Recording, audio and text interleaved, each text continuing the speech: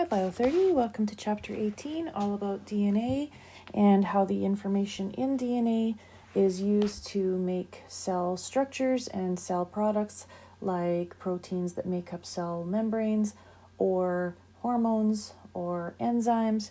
And so we'll see how all that hereditary information is used by your body. So we're looking at some history first, figuring out what DNA is actually made of. And Meischer is the guy who figured out that the genetic material was nucleic acid and contained phosphorus.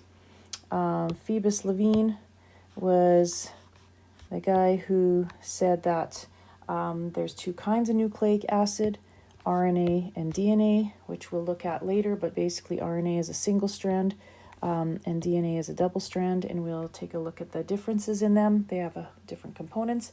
And Levine also said that in the chromosome there was not only DNA but some embedded proteins in there, and we will see that there are proteins that the DNA is wrapped around. So we've talked about how every nucleus of a body cell has 46 chromosomes, and we'll be looking at the structure in terms of if you look closer inside that chromosome and you unravel it, it's made of this DNA that looks like a twisted ladder, and in that twisted ladder we have this side that is made of sugars and phosphates, and we have nitrogen bases that make up the rungs of the ladder. So we'll look more closely at that. This you don't have to really memorize, but it was some more history of how DNA this transforming principle, how DNA can be incorporated into another cell. And so we have a pathogenic strain of bacteria here, which is deadly. Give it to the mouse, mouse dies. If it's not deadly, mouse doesn't die. If you kill the deadly bacteria, mouse doesn't die.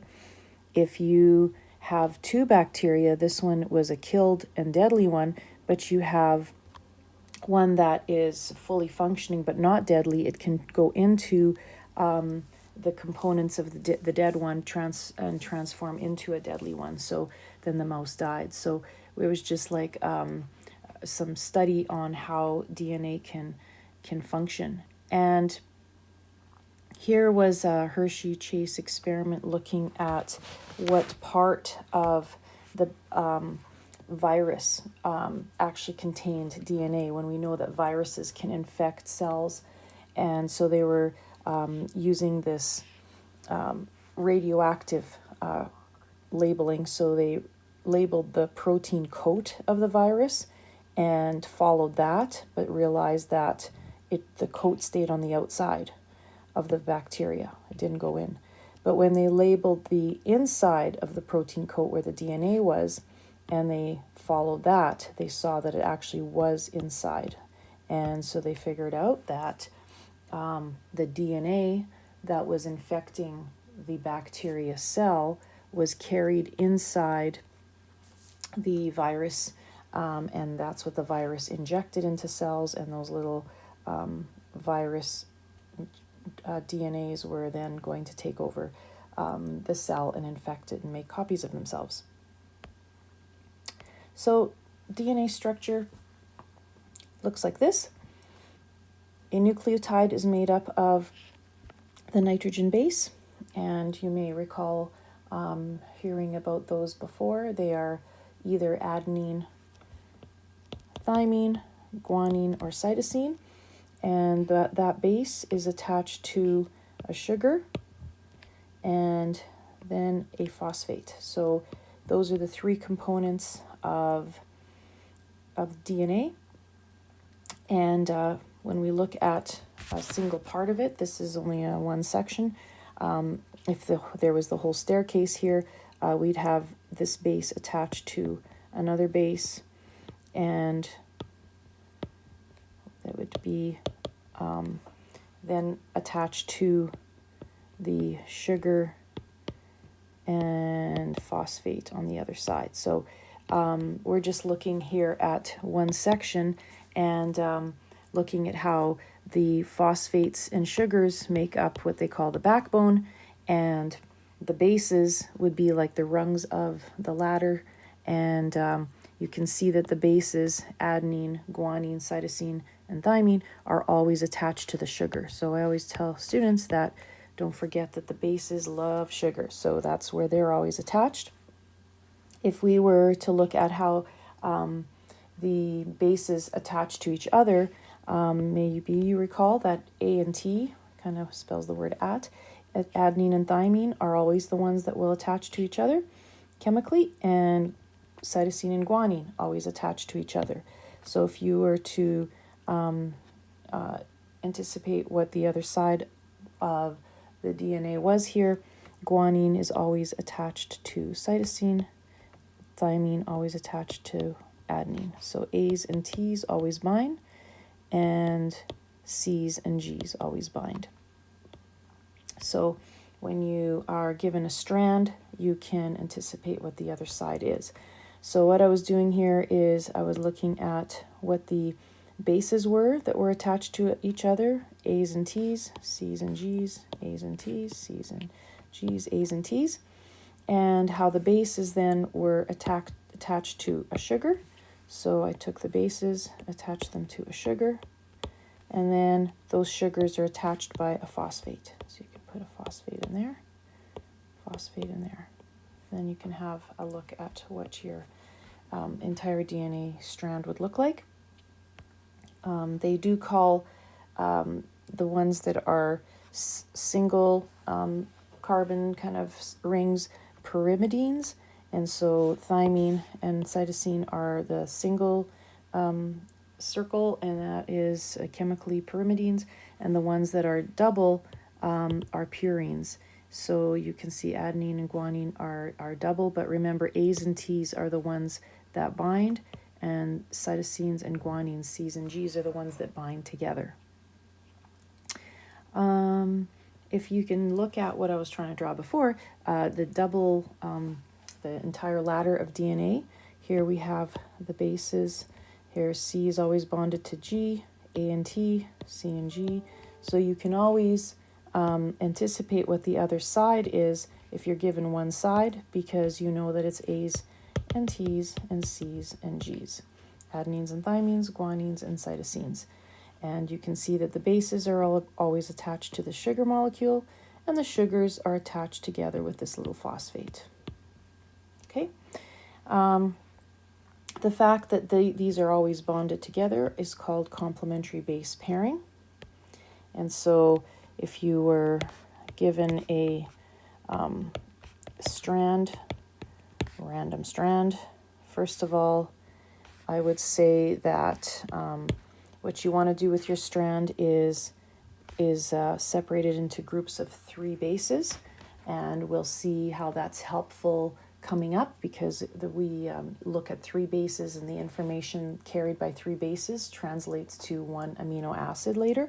But when you're given this, you can label that this is a DNA strand, and they're asking you for the complementary DNA strand. So you can say, well, this would have to be A's and T's that always bind, and wherever there's an A, it will be a T. And C's and G's always bind. So everywhere there's a C, it's a G. Wherever there's a G, it's a C. Wherever there's a T, it is an A. So you have just determined what the other side of that DNA strand would be. So this is something that you guys will have to do. Chargaff's rule is where they looked at, since they knew that those were complementary bases, however much adenine you have over here in a DNA sample, however much adenine you have, if you think of just the adenine, that would tell you how much thymine we also had, because they were always bonded together. So if you have a sample that's 30% adenine, you can see, because they're always bonded to thymine, that would also mean there's 30% thymine. And when we're looking at Chargaff's rule over here, they examined some organisms and said, okay, we'll look at, I don't know, herring, and check out that this herring had 27.8% of adenine, and they found out that it's very similar and almost exactly the same amount of thymine. Now, Chargaff's rule says if you're looking at 100% like of that of the DNA of that organism, if it's 27 and 27 here, then whatever's left over has to equally be guanine and cytosine, because they also bond together, so there'll be equal amounts of those as well. So Chargaff's rule is just that the amount of adenine is equal to the amount of thymine, amount of guanine is equal to the amount of cytosine, and so you can always figure that out. So let's say it was 15% that was adenine, and the question said how much in the sample do we have of all the other bases in this sample of DNA. You could safely say that 15% then would be thymine, because those are always bonded together. That makes up 30. So the other 70% would have to equally be cytosine and guanine. So that's what those would have to be, 35 and 35. 35 and 35% of those two bases. So Chargaff's rule is basically how we can figure out how much of each base there is in a sample. All right, so moving on, Rosalind Franklin was very famous because of her X-ray photograph looking at DNA, and she looked at it as if you had like maybe a slinky, and you looked down the center of the slinky, the tube of it, and you can imagine how if it was a sample of DNA, all of those bases are all bonded together, and because it's a spiral structure, you could see this image, and because she was able to get this X-ray image, she just figured out that those bases were all, where's my diagram? The bases were all joined together, and that the sugars and phosphates were all the on the outer edges. So her image was basically taken by looking like down this way at a spiral piece of DNA, and that gave the clue that that's how the structure of DNA was. Her image led to Watson and Crick coming up with this model of DNA, and it was very famous revelation. And they actually have a movie called Gattaca that is all about this model of DNA that they made. You could check that out. And now when we have electron microscope images, we can see that Rosalind Franklin and Watson and Crick were correct. And you could see that how the bases here are attached to each other with hydrogen bonds, and how the sides of the rungs are sides of backbones of the DNA here would be the sugars and phosphates. Cool image. Okay, so when the hydrogen bonds are attaching adenines and thymines, there's like 2 bonds. When it's guanines and cytosines, there's 3 bonds, and just the way that they're bonded together makes them twist, and so their DNA is all like a twisted ladder. But if you can imagine that twisted ladder, you could squeeze that twisted ladder together, and it helps it coil up and compress very easily because of the twisted shape as well. And the other interesting things, when you think of the this 5' 3', it's just which spot, they number which spot the base is attached to, and so the when you see a 5' and 3' strand, it's just the way that they're orienting and looking at the set string of DNA. So you might look at this string and just say, here I'm looking at where the 5' ends with phosphate, and this side is the 3' end that ends with sugar. And it's just how you orient a section of DNA to look at it, so you can be talking about that certain strand oriented the right way. And when we look at the other nucleic acid RNA, first of all, you have to realize that in the nucleus of the cell, here's our cell nucleus, our 46 chromosomes of DNA, double-stranded DNA, will be found in the nucleus. And whenever we talk about RNA, there's 3 different types we'll talk about, but one of the kinds is one that takes a copy of one side of the DNA. So if we have a strand here that's like ACTG, RNA will be formed as a single strand copy of that. So where we have this single strand of RNA will not put a T because it has uracil instead of thymine. And so if I'm looking at the single strand of RNA copy that's made, wherever there's an A in the DNA, the RNA will put a U. Where it's C, it'll still make a G. G, it'll still, those are both C's. Okay, these are both G's.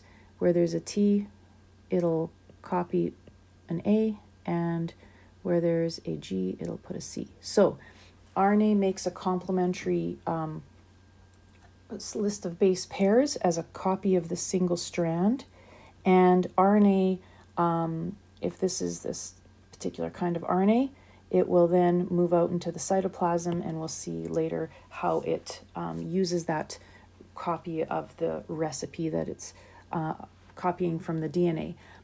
But a couple things, RNA is always a single strand. RNA never has thymine because it has uracil instead of thymine, and it still has a sugar, but it's not deoxyribose sugar like DNA has. It's ribose sugar, and it still has a phosphate. So as we talk about how DNA functions, you will hear more on that, but just remember that DNA has the double-stranded structure and RNA is a single-stranded structure. And RNA is it's going to have adenines and uracils and cytosines and guanines as bases, whereas DNA has adenines, thymines, cytosines, and guanines. So we just have to remember that RNA has uracil, a different base. Okay, so sections of the DNA are genes. We heard of that before, and they will have the recipe on how to make proteins. The genome is all the DNA that is found in an organism, and the interesting statistics here is that humans have about 20,000 genes that we know of, but different organisms have different numbers, like this worm that has 7,000. Base pairs, humans have about 3 billion, corn 2.6 billion, so you may think certain organisms are more complex, but this is kind of interesting. And wheat has 16 billion, so it's all over the place. And interestingly, we have very many similar genes to mice. Again, all body parts and organs are very similar, so that's cool. And we are only 0.1% different than another person, so that's also kind of neat. Human genome took about 12 years. They believe that they figured the human genome out around the year 2000, but they're always finding out more information. So there's always a work in progress. When they did the Human Genome Project, they also thought that a lot of the DNA in the 46 chromosomes was junk DNA, because they couldn't figure out what it was for. And as time goes on, of course, there is more and more research into what all of the portions of our genome are for. Okay, last little bit on this intro is how DNA replicates. And basically, this happens before mitosis or meiosis, when the DNA has to double itself. So basically, you've seen it as a chromosome that turns into a X-shaped chromosome. And basically, all that's happening here is it's doubling itself. And it's called semi-conservative because this DNA over here basically gets cut up at the center. You can see the blue strand is here. And so one parent strand goes to either side, and the new orange one here is formed by just assembling complementary base pairs. So if we're looking at, I guess I could just say this is for this one that was had the DNA like this in orange, it would be split in two sides, and the new one would be, the new red one would be made here, and the complementary base is put in. So we're just making a replicated chromosome so that it has two sides to it, so it can go through mitosis or meiosis and split apart into two cells. And you can see here our parent piece of DNA was just split at the bases here, and then complementary base pairs were added to make it replicated, doubled. The steps in that is that this cutting is done by helicase, which I always think of as scissors. And so helicase basically just will go up, and it's an enzyme that will cut the base pairs at the complementary strands. So it'll cut C's and G's apart, cut A's and T's apart. And this part in red you don't have to know about. It just says that when the cutting actually happens, it will cut in little sections, in little bubbles, until it's all cut apart like this, but don't worry about that. But the next thing that happens is that we have an enzyme, DNA polymerase, that will assemble the other side of DNA and add those complementary base pairs in. So it's just an enzyme that says, over here I see that it's ATT, so I'm going to bring in a TAA and help assemble the complementary base pairs. So again, helicase cuts it, and then DNA polymerase brings in the complementary base pairs. We have also proofreading that happens with DNA polymerase, and make sure that all the A's are bonded to T's and all the C's are bonded to G's. So there's a little proofreading that goes on. And then we've got the glue, which is DNA ligase, that goes in and makes sure that those bases are glued in together, that they're all bonded with hydrogen bonds. Once all the base pairs are all attached, then it will retwist it into its double helix shape, and we now successfully have a replicated chromosome, and it will be then ready for any cell division.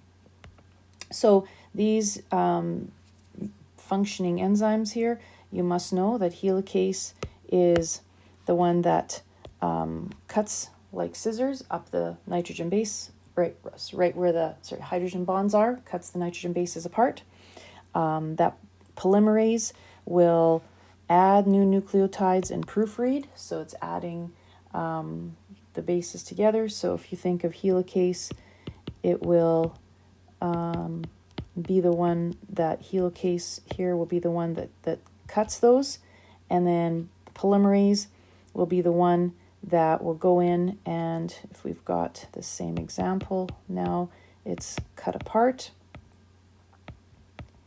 and I'll change colors, and polymerase will be the one that finds the matching base pairs so that we've got the matching daughter strands, daughter strands.